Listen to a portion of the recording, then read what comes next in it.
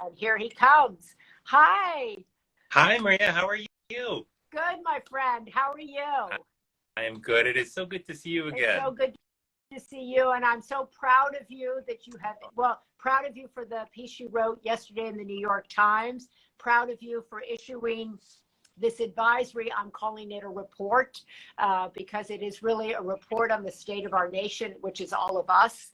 And you're saying we've become a lonely nation. And so, Vivek, can you begin by talking something you and I have talked about? You said you got interested in this subject because you yourself experienced loneliness. You found when you lost your job, like, oh my God, I'm lonely. That's absolutely right, Maria. And I'm so glad that we're talking about this because so many people feel lonely but feel ashamed about it and don't talk about it. And so we don't realize that we're not the only ones struggling. And for me, I've struggled as well. I certainly had many bouts of loneliness as a child at various points in adulthood. But the episode that I wrote about recently in the New York Times was about when I lost my job a few years ago. And I lost my community that I was working with, and I lost the source of meaning that I had, which is my work. But I had made this critical mistake while I had the job, which is I had not invested in my family and friends. I had actually neglected them during my time as Surgeon General the first time around. And that came with some real consequences. And even though I thought, well, I'm too busy to really keep up with people, I've just got to focus on work. What happened is that I found I had really no community when I was no longer working. And my wife, it took my wife, actually, Alice, to help me understand what was happening to me.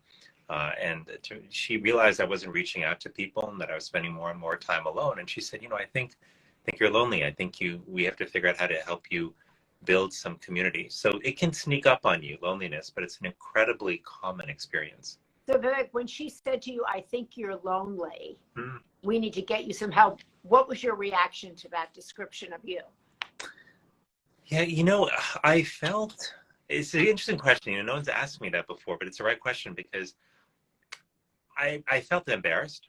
I felt like, gosh, how could I let myself become lonely? Maybe I'm doing something wrong. Um, you know, maybe I'm not doing what I need to do to be a good friend. Like I started to feel guilty. I started to feel a bit embarrassed. But then I realized she was right. And it took another friend, making an observation to help me realize what I had to do about it, which is I was visiting a friend up in Boston when I was there for a work trip, maybe about 6, 7 months after my time as Surgeon General ended. And she said to me, Vivek, you know what your problem is? She said, it's not that you don't have friends, it's that you're not experiencing friendships. She Mm. said, you have these people in your life who care about you, you care about them. And I know you feel bad that you haven't talked to them in a long time, but if you reached out to them, they'd be happy to hear from you and you would feel better too. And I realized that she was not just talking about me, but she was talking about so many of us who just drift apart from friends over time, or maybe we have a falling out with them at some point. Maybe we grow apart, because, they have kids and we don't, and their lives are different. And we come to think, well, maybe they don't want to hear from us anymore. We don't have anything in common, but our history matters. And past friendships can become present friendships again if we just reach out and just try to reconnect. So many people tell me, I'm older, my friends have died, I got divorced, I don't have friends anymore, I moved, or my friends were at my job, I'm all alone. Don't tell me to reach out because I actually don't have friends. And you talk in this report about how prevalent that feeling is. So what do people do who feel lonely? And I want you to describe what it means to feel lonely. And what are the first steps towards fixing that issue? Because you do talk about that we have the power to address it. Absolutely. And so let's talk about a couple of things. One is, I think, to your point about what to do if you don't have people to reach out to. Uh, One is just to recognize that one of the most powerful antidotes we have to loneliness is helping other people, serving others. And whether that's through volunteer service that we do in our community or thinking about how we can extend help to colleagues at work or to neighbors, this becomes so powerful because when we help someone else, we're forging a connection to them, but we're also reminding ourselves that we have value and worth. And that is something that erodes our self-esteem and sense of self when we struggle with loneliness, because over time we can come to feel that we're lonely because we're not likable. And it doesn't feel good to feel that. But the other thing that we can also do are to take small steps to actually build connection to the people who may exist in our life right now. So even if we're not, let's say, close to certain family members, or if we have, acquaintances, from work or other parts of our life, but we're not necessarily feeling terribly close to them, simply reaching out to someone we care about or someone we know for 15 minutes each day to talk to them on the phone or to see them, that can make a big difference in how connected we feel.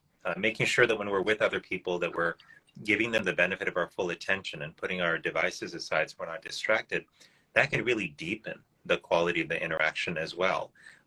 And these are small steps, again, that can make a really big difference in how connected we feel. You talk in this report that you issued, the 6 pillars to advance social connection: strengthen social infrastructure in local communities, enact pro-connection public policies. What are those? Yeah.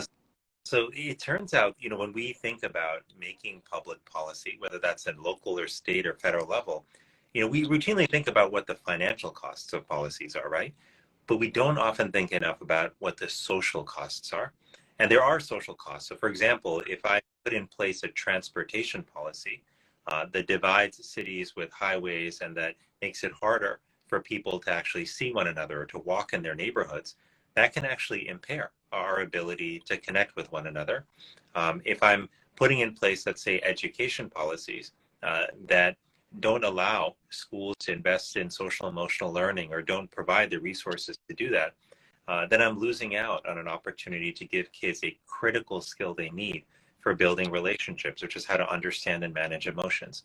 And so our policies have a real impact on our ability to connect. A lot of times we may not realize that, so we don't take into account what the costs may be. But when we think about it broadly, I think that education policy, transportation policy, housing policy, these are all the kinds of policies that we can design to ultimately strengthen connection. That's part of building social infrastructure. That means actually our political leaders need to be socially and emotionally, have an emotional IQ in order to enact policies that bring us together, right? You also talk in here, mobilize the health sector, reform digital environments, deepen our knowledge, and build a culture of connection. Now, so many people get their connection through digital connection. Is that the problem or is it the solution? Well, it can be both depending on how we use our digital platforms. And it also depends in part on how they're designed.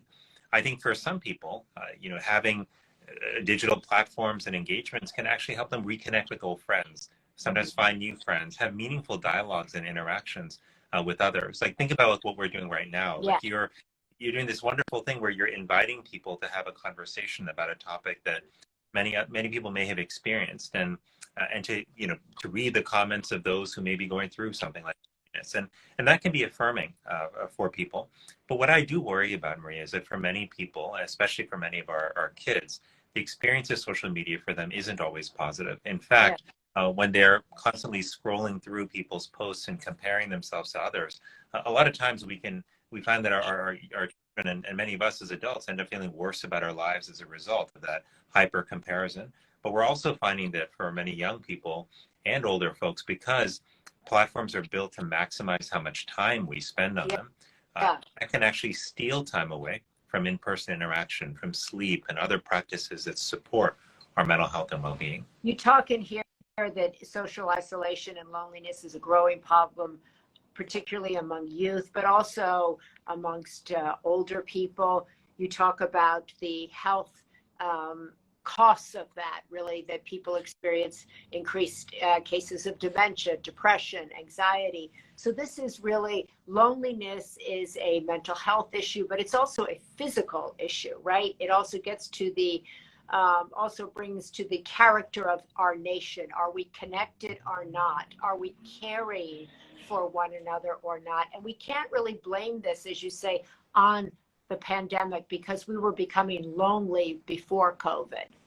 That's exactly right. COVID poured fuel on the fire. It made things worse for many people.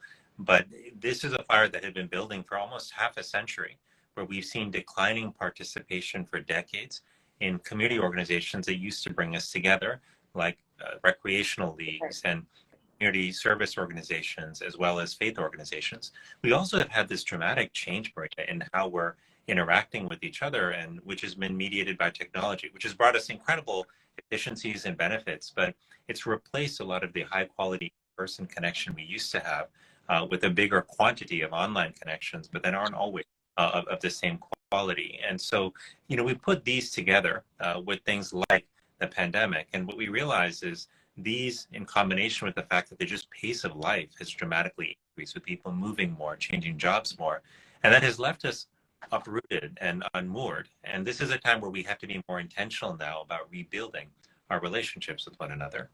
You and I talked about this report about, I don't know, 8 months ago or something. We were having dinner.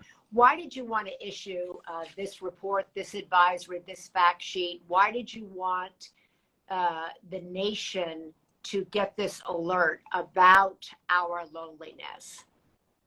Yeah, the reason I issued this advisory, Maria, is I wanted everyone in our country to, one, understand that loneliness and isolation are true public health issues that need to be on the level of priority of obesity and tobacco and substance use disorders in terms of how we focus on them and how much attention we invest in them. But I also wanted people to know that this is a solvable problem. And that's why I lay out a six-pillared strategy for us as a nation that we can pursue to actually build stronger connection in our families, communities, and in our country.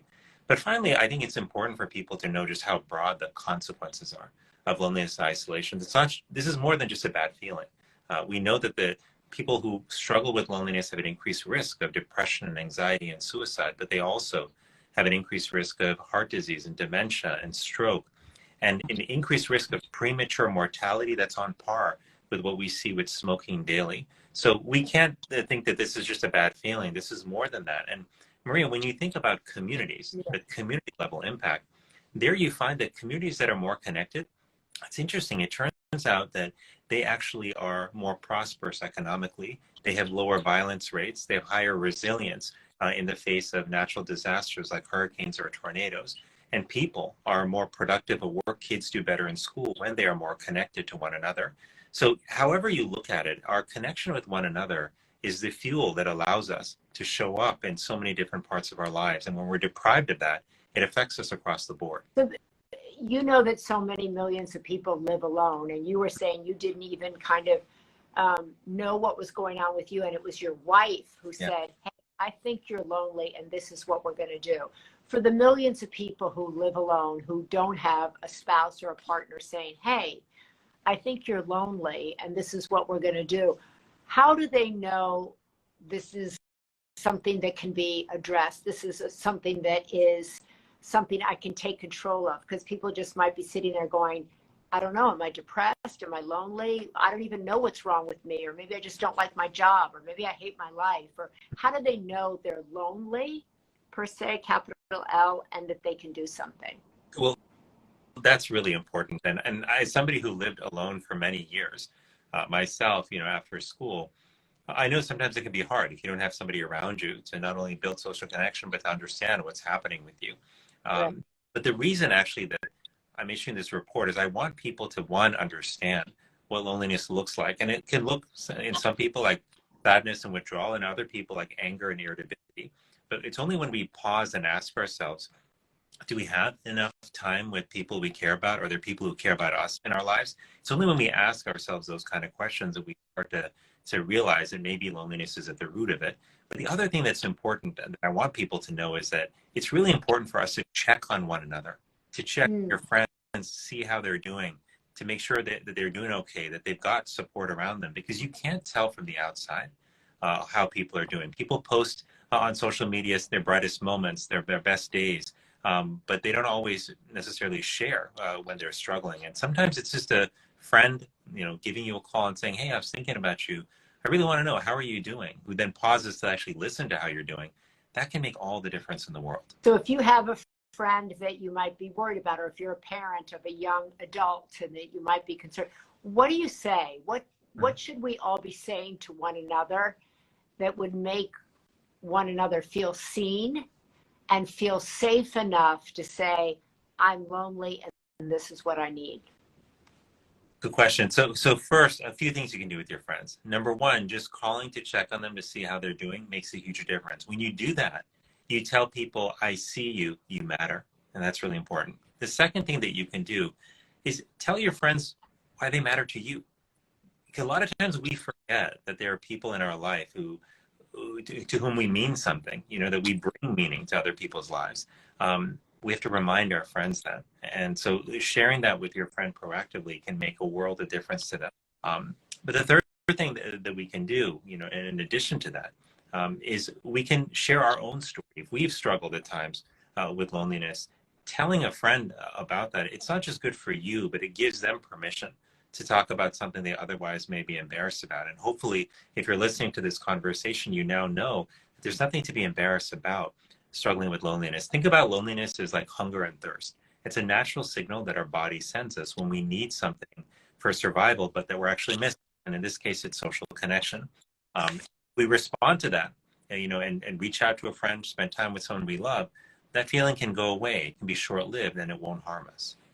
So lacking social connection is as dangerous as smoking up to 15 cigarettes a day. This is a national health emergency. The Surgeon General has issued an advisory, a report, whatever the words are. He's laid out 6 pillars for solving it, but it's almost, kind of at the root. Each of us, regardless of political party, regardless of age, can make that first step and can actually share how we're doing and what we need, and then ask another person, and that it can move out from there. That's exactly right. And Maria, I should just also say that 6th pillar that you had mentioned about being a culture of connection. Right. I want to underscore this because this is a place where you and me and everyone who's listening today can make a huge difference. And ultimately, to build the kind of connected society we want, we need a culture of connection that has to be informed by a core set of values around kindness and generosity and service and love. And these are qualities that we perhaps take for granted or may not think about all the time. But I worry that we have lost some of the focus on these values when it comes to interacting with another. And I talk to people, Maria, all across the country who say, it feels like we've become meaner to one another. It feels like we're only looking out for ourselves. It feels like something's not working, something's not right here.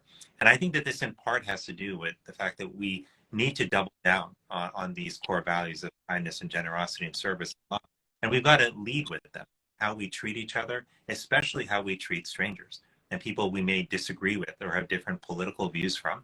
When we actually sit down and talk to one another and try to learn about each other, we actually realize there's a lot that we share in common. We all want to take care of our kids. We all want our families to be safe. We all want the future to be safe and secure for the next generation.